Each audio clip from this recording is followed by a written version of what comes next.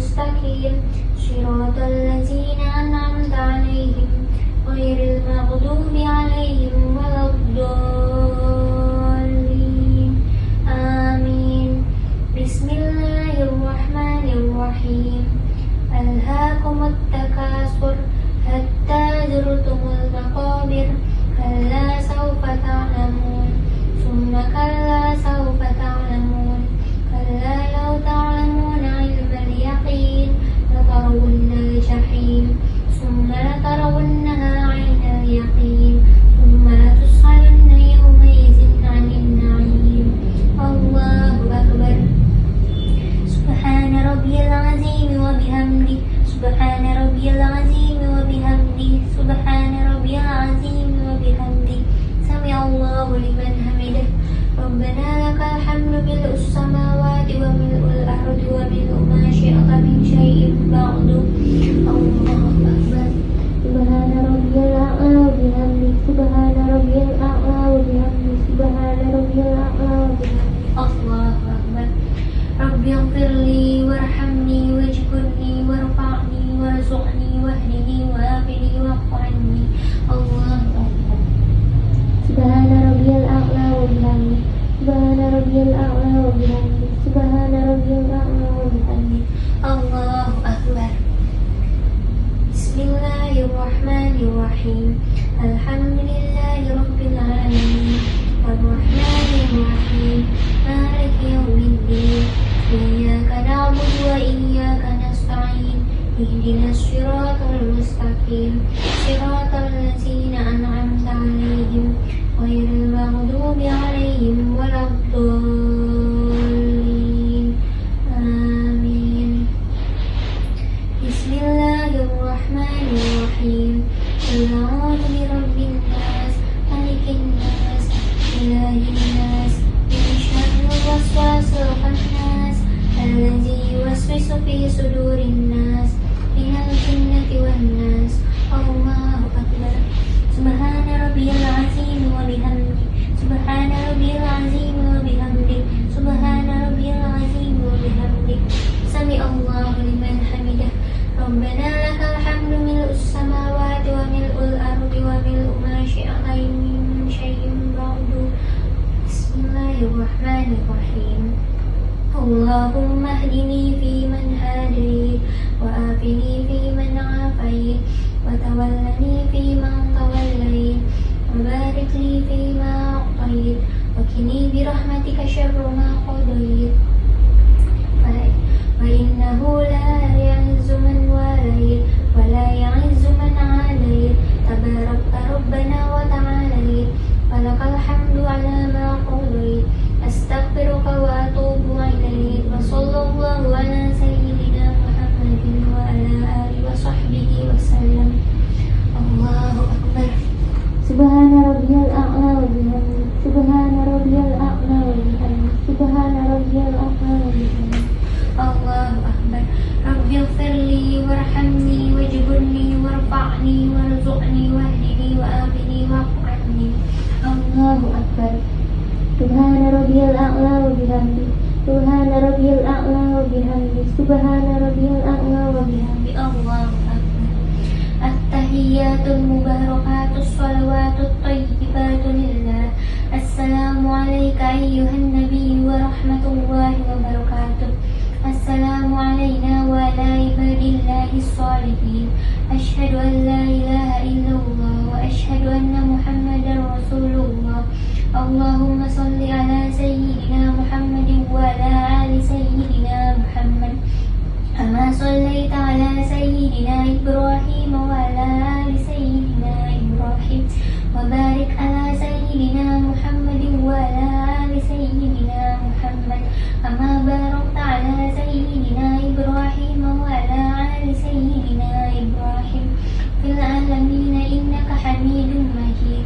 اللهم إني أعوذ بك من عذاب القبر ومن عذاب النار ومن فتنة المحيا والممات ومن فتنة المسيح الدجال. يا مقلب القلوب ثبت قلبي على دينك. السلام عليكم ورحمة الله. السلام عليكم ورحمة الله.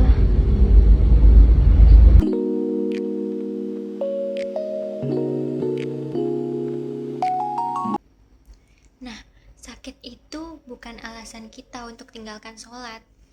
Lagi sakit nih dan bingung caranya sholat, gak bisa berdiri, bahkan gak boleh kena air. Tenang, Islam ini punya jalan keluarnya. Kita bahas tuntas. Assalamualaikum warahmatullahi wabarakatuh. Di video ini saya akan membahas mengenai dua hal. Yang pertama itu tata cara tayamum yang benar. Yang kedua tata cara sholat kalau tubuh kita itu nggak memungkinkan buat untuk berdiri atau bahkan bergerak. Nah, prinsipnya itu cuma satu. Selama akalnya ini masih sadar, kewajiban sholat nggak akan pernah gugur. Allah cuma minta kita berusaha semampu kita. Selanjutnya simak.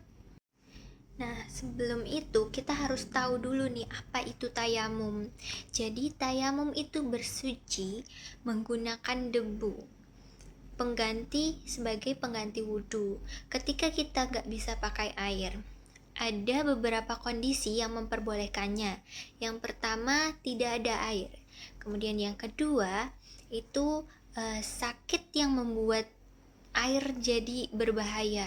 Kemudian yang ketiga itu dari airnya terlalu dingin yang gak memungkinkan kita untuk memanaskannya. Kemudian yang keempat itu untuk sulit mendapatkan air.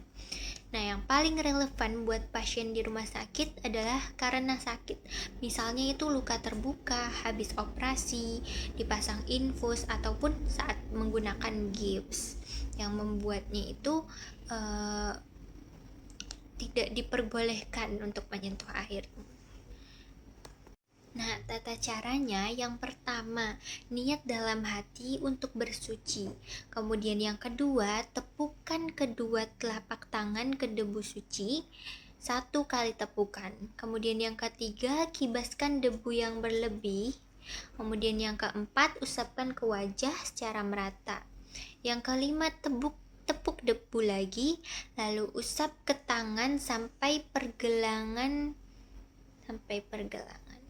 Kemudian selesai, dilakukan secara berurutan dan tidak terburu-buru. Nah, yang paling penting, kalau ada bagian tubuh yang masih boleh kena air, itu tetap dibasuh. Dan satu tayamum ini berlaku untuk 1 kali sholat fardu saja. Nah, sekarang gimana kalau badan ini udah gak sanggup bergerak?